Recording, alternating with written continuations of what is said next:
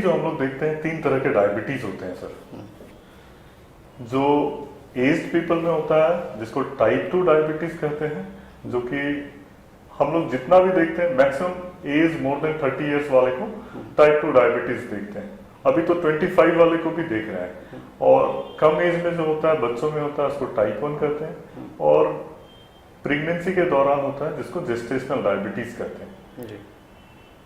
तो डायबिटीज जो है किसी भी एज में हो सकता है, मैक्सिमम हम लोग एज पीपल को देखते हैं।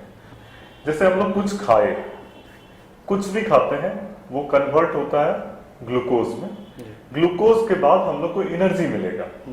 अब ग्लूकोज और एनर्जी मिलने के बीच में इंसुलिन की जरूरत होती है। जब तक इंसुलिन नहीं आएगा तब तक वो ग्लूकोज वैसे ही रह जाएगा। जब इंसुलिन आएगा तो एक्ट करेगा और ग्लूकोज से एनर्जी प्रोवाइड करेगा जी। जब हमारे शरीर में इंसुलिन की कमी हो जाएगी तो वो जो ग्लूकोज है कन्वर्ट नहीं होगा एनर्जी में, तो हम लोग को एनर्जी नहीं मिलेगा, हम लोग कमजोर भी महसूस करेंगे।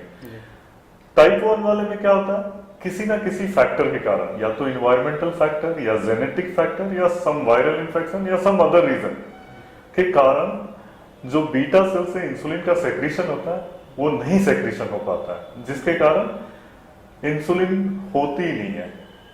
और उसमें इंसुलिन नहीं होता है तो हम लोग एकमात्र उसका ट्रीटमेंट होता है बच्चों में जो डायबिटीज होता है इंसुलिन।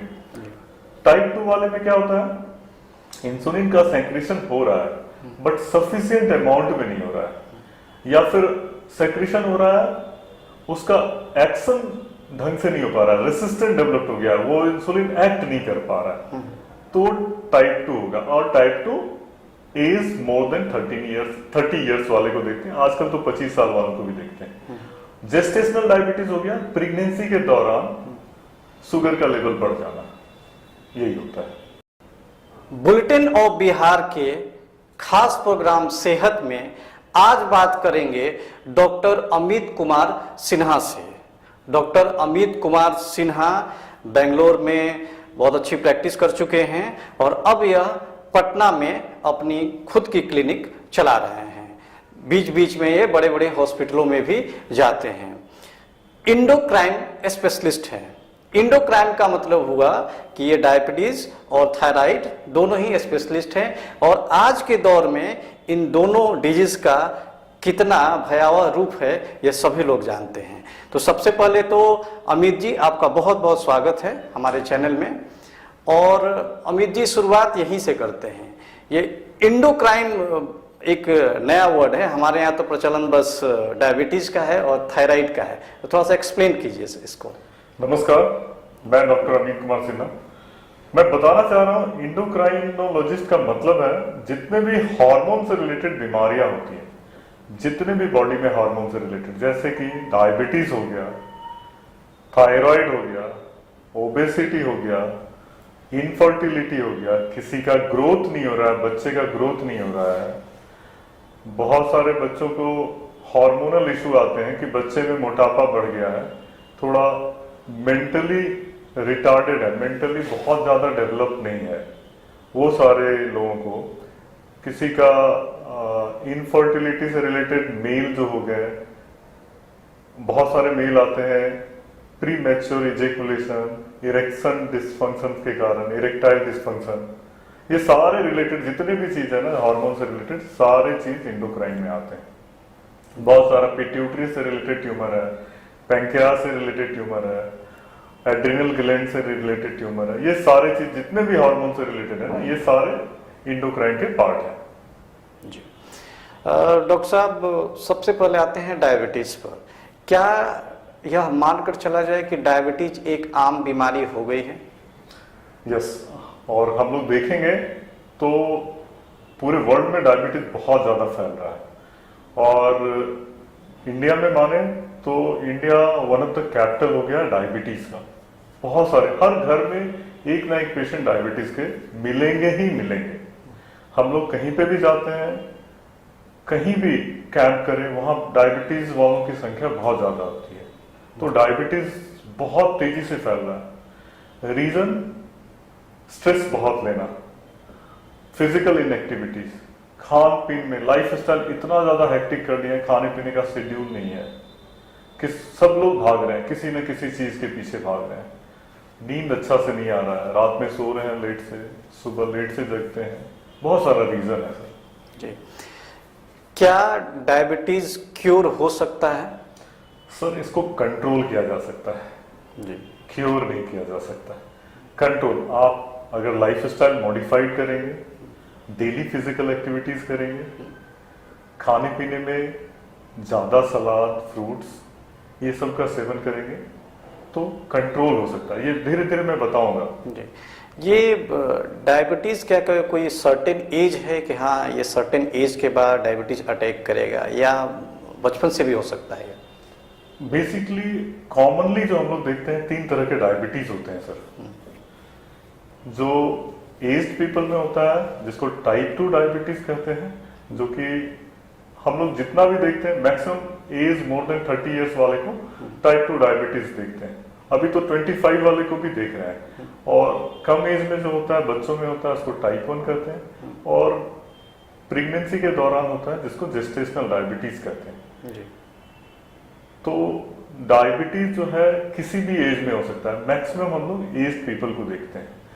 अब तीनों में डिफरेंस क्या है ये मैं एक्सप्लेन करता हूं आपको। जी, डायबिटीज होता क्या है? पहले डायबिटीज में ब्लड शुगर का लेवल बढ़ जाता है और वो कंट्रोल में नहीं आ पाता, उसके कारण डायबिटीज होता है। और क्यों बढ़ता है? या तो पैंक्रियाज एक ग्लैंड है, वहां से इंसुलिन का सेक्रीशन होता है आइलेट सेल से। तो वहां से अगर इंसुलिन का सेक्रीशन प्रॉपर नहीं हो रहा है, या कम हो रहा है, या सेक्रीशन हो रहा है लेकिन वो जगह पे काम नहीं कर रहा है, तो इस कारण से डायबिटीज होगा, ब्लड में शुगर की लेवल बढ़ जाएगी। आपको एक छोटा सा कॉन्सेप्ट देते हैं। जैसे हम लोग कुछ खाए, कुछ भी खाते हैं वो कन्वर्ट होता है ग्लूकोज में। ग्लूकोज के बाद हम लोग को एनर्जी मिलेगा। अब ग्लूकोज और एनर्जी मिलने के बीच में इंसुलिन की जरूरत होती है। जब तक इंसुलिन नहीं आएगा तब तक वो ग्लूकोज वैसे ही रह जाएगा। जब इंसुलिन आएगा तो एक्ट करेगा और ग्लूकोज से एनर्जी प्रोवाइड करेगा। जी, जब हमारे शरीर में इंसुलिन की कमी हो जाएगी तो वो जो ग्लूकोज है कन्वर्ट नहीं होगा एनर्जी में, तो हम लोग को एनर्जी नहीं मिलेगा, हम लोग कमजोर भी महसूस करेंगे। टाइप 1 वाले में क्या होता है? किसी ना किसी फैक्टर के कारण, या तो इन्वायरमेंटल फैक्टर, या जेनेटिक फैक्टर, या सम वायरल इंफेक्शन, या सम अदर रीजन के कारण जो बीटा सेल से इंसुलिन का सेक्रीशन होता है वो नहीं सेक्रीशन हो पाता है, जिसके कारण इंसुलिन होती ही नहीं है। और उसमें इंसुलिन नहीं होता है तो हम लोग एकमात्र उसका ट्रीटमेंट होता है बच्चों में जो डायबिटीज होता है, इंसुलिन। टाइप 2 वाले में क्या होता है? इंसुलिन का सेक्रीशन हो रहा है बट सफिशिएंट अमाउंट में नहीं हो रहा है, या फिर सेक्रीशन हो रहा है उसका एक्शन ढंग से नहीं हो पा रहा है, रेसिस्टेंट डेवलप हो गया, वो इंसुलिन एक्ट नहीं कर पा रहा है, तो टाइप 2 होगा। और type 2 age more than 30 years वाले को देखते हैं, आजकल तो 25 साल वालों को भी देखते हैं। जेस्टेशनल डायबिटीज हो गया, प्रेगनेंसी के दौरान शुगर का लेवल बढ़ जाना, यही होता है। कॉमनली यही 3 प्रकार के होते हैं। जी, अभी डॉक्टर साहब आपने एक चर्चा की कि जो ब्लड शुगर बढ़ जाता है, लेकिन हम लोग आमतौर पर देख रहे हैं अमूमन कि 2 चीज़ें देखते हैं, या तो शुगर लो हो जाता है या तो शुगर हाई हो जाता है। तो ये क्या अंतर है और दोनों में डेंजरस कौन है? शुगर लो हो जाना ना इमीडिएट ट्रीटमेंट चाहता है। अगर उसको इमीडिएट ट्रीटमेंट नहीं दिए तो पेशेंट मर सकते हैं उसी समय, घर में ही डेथ हो सकता है। अब लो शुगर हाइपोग्लाइसीमिया, यूजुअली हम लोग एक वैल्यू रखे हुए हैं, शुगर का वैल्यू लेस देन 70 हो गया तो उसको हाइपोग्लाइसीमिया कहते हैं, लेस देन 50 हो जाएगा तो सीवियर हाइपोग्लाइसीमिया कहते हैं। जी, कुछ सिम्टम्स हम इसको बता देते हैं, सभी लोग देखेंगे तो इनको ये मालूम चल जाएगा कि हाँ इस पेशेंट को हो सकता है ये हाइपोग्लाइसीमिया का सिम्टम्स है, तुरंत कुछ ना कुछ ट्रीटमेंट है, वो भी मैं बताता हूँ। हाइपोग्लाइसीमिया में क्या होता है? बॉडी सीवरिंग होने लग जाता है, हार्ट रेट बहुत बढ़ जाएगा, पाल्पिटेशन होगा, एकदम घबराहट होने लगेगा, पसीना बहुत ज्यादा चलेगा, चक्कर आने लगेगा, धीरे धीरे पेशेंट जो है ना लगेगा कि अब गिर जाएगा, और गिर जाते हैं। आवाज जो है ना लड़खड़ाने लगता है, जैसे मैं अभी सीधा बोल रहा हूँ, बढ़िया से बोल रहा हूँ, उसके बाद अगर वो आवाज लड़खड़ाएगा तो जैसे हाँ मेला ऐसे करके गिर जाएंगे।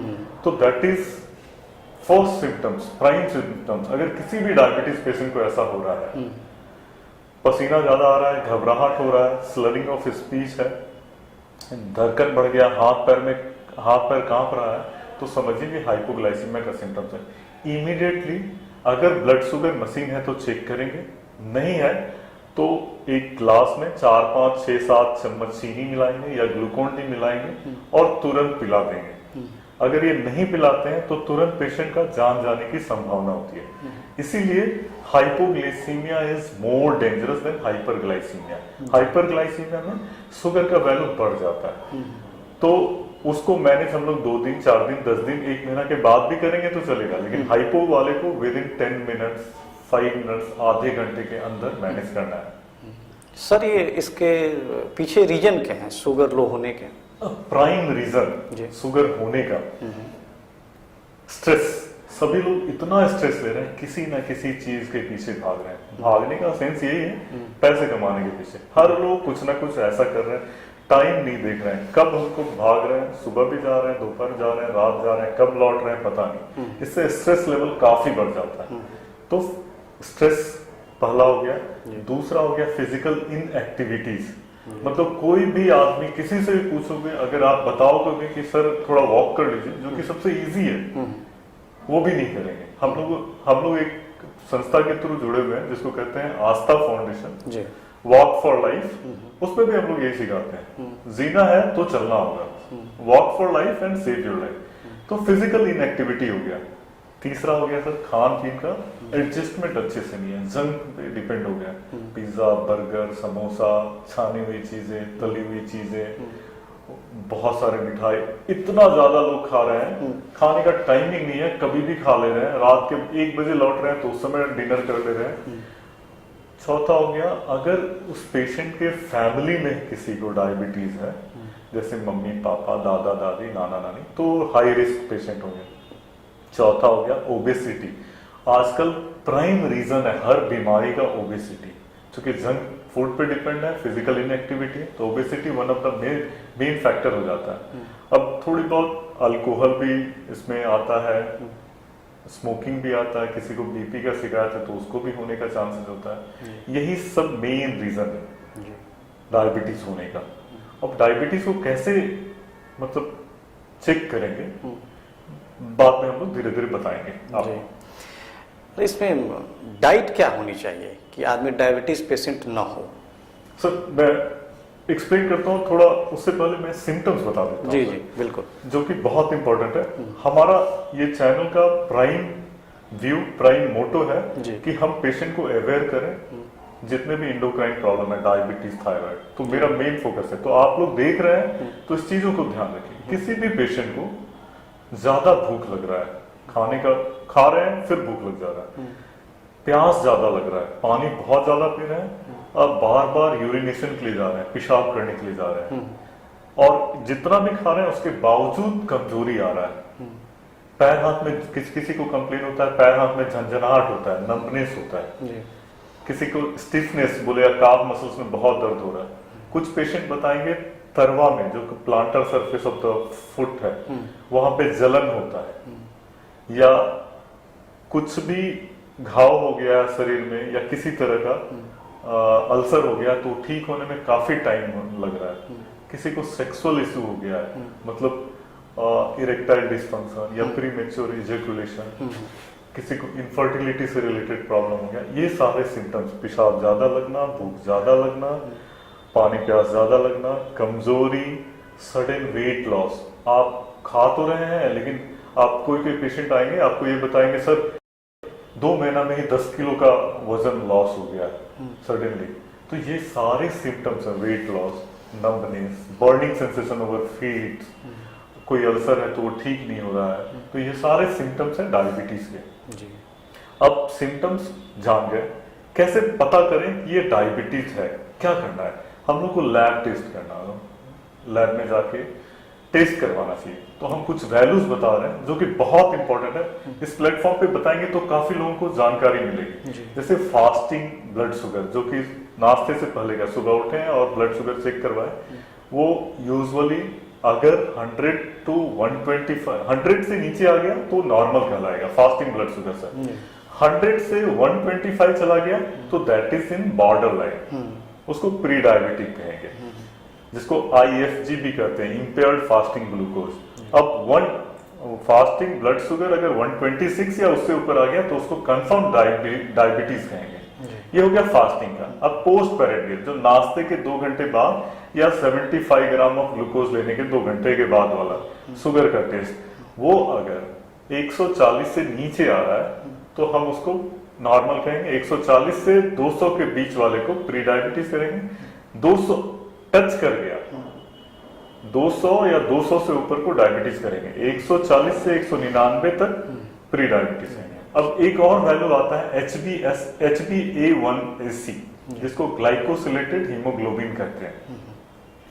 वो एवरेज 3 महीने का ब्लड शुगर जांच बताता है। अगर उसका वैल्यू 5.4 से नीचे है, नॉर्मल 5.5 टू 6.4 तक प्री डायबिटिक, 6.5 टच कर गया या उससे ऊपर चला गया तो उसको डायबिटीज कहेंगे।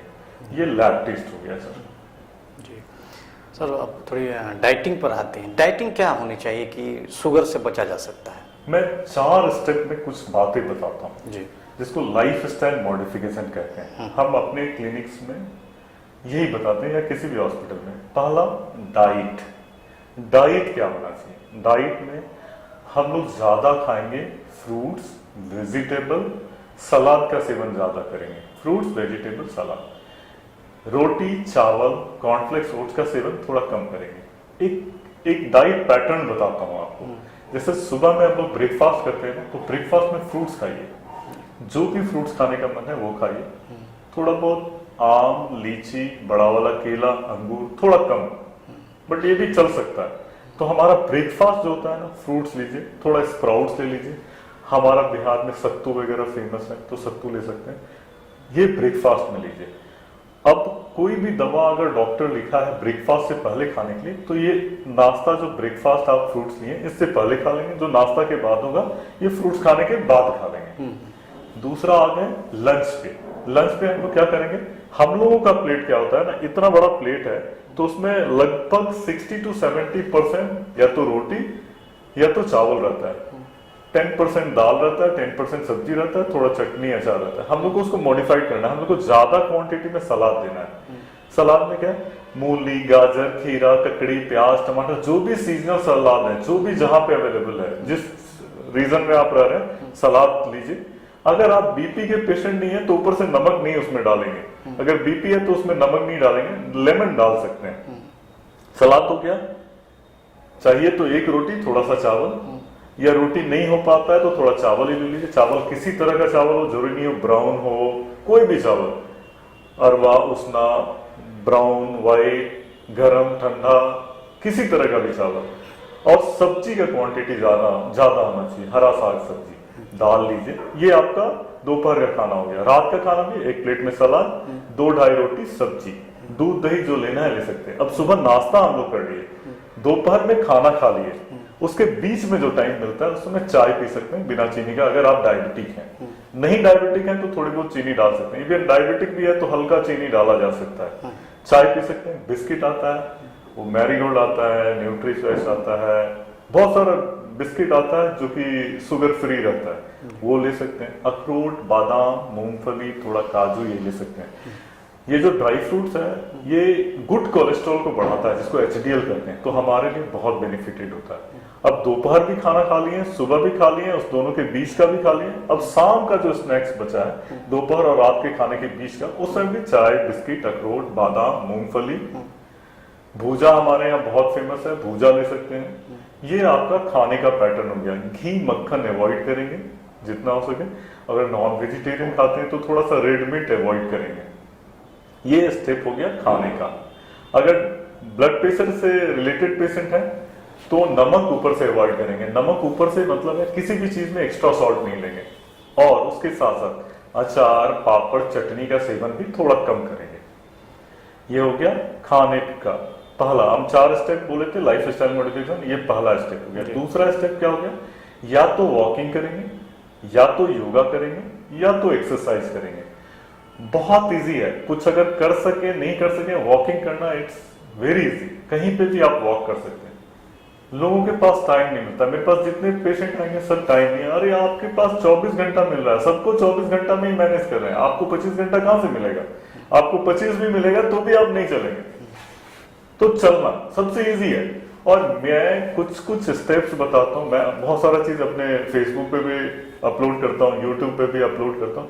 कुछ स्टेप्स, कुछ एक्सरसाइज के बताते हैं कि कहीं भी वो रहे, छोटा सा कमरा भी रहेगा ना, 8 बाय 8 का भी जगह रहेगा, 8 बाय 8 स्क्वायर फीट का, तो भी वो एक्सरसाइज कर सकते हैं। मैं कुछ वैसे एक्सरसाइज बताता हूँ, वैसा टिप्स देता हूँ कि 15-20 मिनट करेंगे ना, वो कुछ नहीं चाहिए, सिर्फ आप वहां पे रहने चाहिए, वो चीज आप कर सकते हैं। तो ये वॉकिंग, योगा या exercise, physical activities the most important.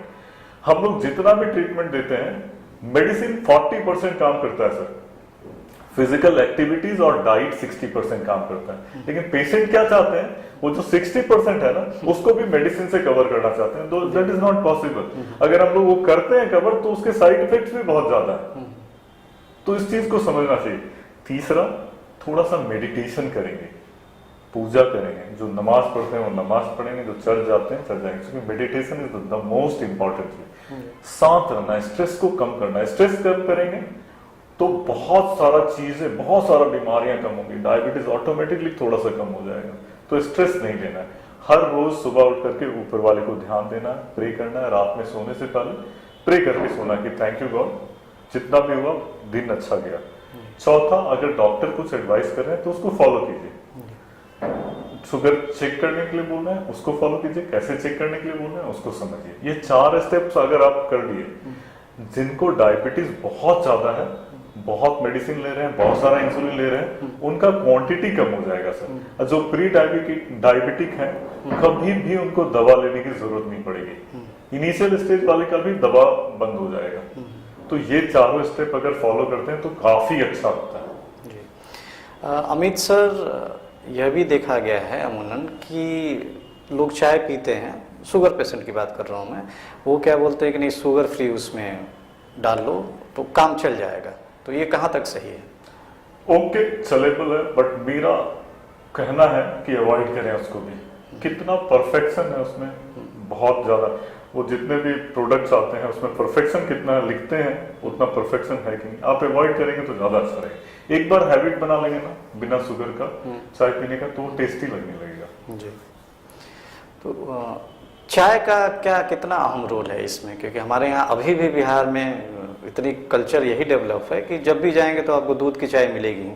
तो ये कितनी चाय पीनी चाहिए या एकदम नहीं पीनी चाहिए? आप अगर शुगर नहीं ले रहे हैं तो उसमें कोई दिक्कत नहीं। चाय वैसे भी 2 कप से ज्यादा नहीं पीनी चाहिए, और फास्टिंग में तो कभी नहीं। कुछ खा के चाय पिए। हमारे यहाँ पैटर्न क्या है ना कि सुबह उठते ही बेड टी का, वो दैट इज थोड़ा गैस्ट्राइटिस कराने का one of the main reason है। तो अवॉइड करना चाहिए। दूध दही में कोई दिक्कत नहीं है, चाय पीने में कोई दिक्कत नहीं है। अगर शुगर फ्री है, मतलब शुगर नहीं डाल रहे हैं, तो that will be the okay. कभी कभी दूध पीने के बाद भी ऐसे इश्यू आते हैं कि हाँ कोई एसिडिटी हो जाती है क्या? तो क्या उससे शुगर की संभावना बढ़ती है क्या? नहीं, दूध पी सकते हैं, दही खा सकते हैं, ये सारे मिथ्य हैं। और जो एसिडिटी की प्रॉब्लम है, अगर बहुत सारे हम लोग क्या करते हैं ना, बहुत जगह कुछ पेशेंट्स ऐसे भी आते हैं, ऑन कॉल रहते हैं, मोबाइल पे फोन किए हैं, वहां पे गैस की दवा अवेलेबल नहीं है। तो मिल्क अगर ठंडे रूम टेम्परेचर पे रहे या उससे थोड़ा नीचे ठंडा रहे और उसको पिएंगे तो गैस्ट्राइटिस को कम करता है जी। तो अच्छा फायदा करता है। शुगर का और ये जो एसिडिटी होती है, क्या इन दोनों का कुछ संबंध है? एक्चुअली क्या है ना, एसिडिटी मोस्टली कॉमनली कारण क्या होता है ना, डाइट पैटर्न सही नहीं रहता है। सुबह में ब्रेकफास्ट वो लोग करते हैं 12 बजे 1 बजे, तो ये चीज प्रॉब्लम है। 2 बार 3 बार चाय पिए रहते हैं। जितने भी मेरे पास गैस्ट्राइटिस वाले पेशेंट होते हैं वैसे आते हैं कि सुबह का ब्रेकफास्ट होता है 12-1 बजे, वो एक ही साथ लंच हो जाता है, ब्रेकफास्ट और लंच, और उससे पहले 2-3 बार चाय पिए हुए रहते हैं फास्टिंग में। तो वो रीजन होता है। ज्यादा स्पाइसी फूड खाते हैं, वो रीजन होता है। ज्यादा अल्कोहलिक होते हैं, स्मोकर होते हैं, ये सब रीजन है गैस्ट्राइटिस का सर जी। ये थे डॉक्टर अमित कुमार सिन्हा। इन्होंने डायबिटीज़ के बारे में बहुत अहम जानकारियां दी। उम्मीद है कि दर्शकों को ये सब चीज़ें बहुत पसंद आएगी और बहुत सारे जानकारियाँ भी उनको मिली कि कैसे शुगर से बचा जा सकता है और अपनी डाइटिंग में और लाइफ स्टाइल में कैसे सुधार करके हम बिल्कुल डायबिटीज़ पे कंट्रोल पाने की कोशिश तो कर ही सकते हैं। तो अमित जी, आपका हमारे स्टूडियो में आने के लिए बहुत बहुत धन्यवाद। हम सेकंड एपिसोड में फिर करेंगे आपकी इंडोक्राइन की जो एक और विंग है थायराइड के बारे में। डॉक्टर साहब, हम नेक्स्ट एपिसोड में फिर थायराइड के साथ आपके साथ मिलेंगे। तब तक के लिए बहुत बहुत धन्यवाद। बहुत बहुत शुक्रिया सर। Thank you. मैं आपका प्लेटफॉर्म बहुत अच्छा है। इस प्लेटफॉर्म से हम लोग हमेशा हेल्थ अवेयरनेस का कुछ ना कुछ करते रहेंगे। जी जी, बहुत बहुत शुक्रिया। Thank you very much. Thank you.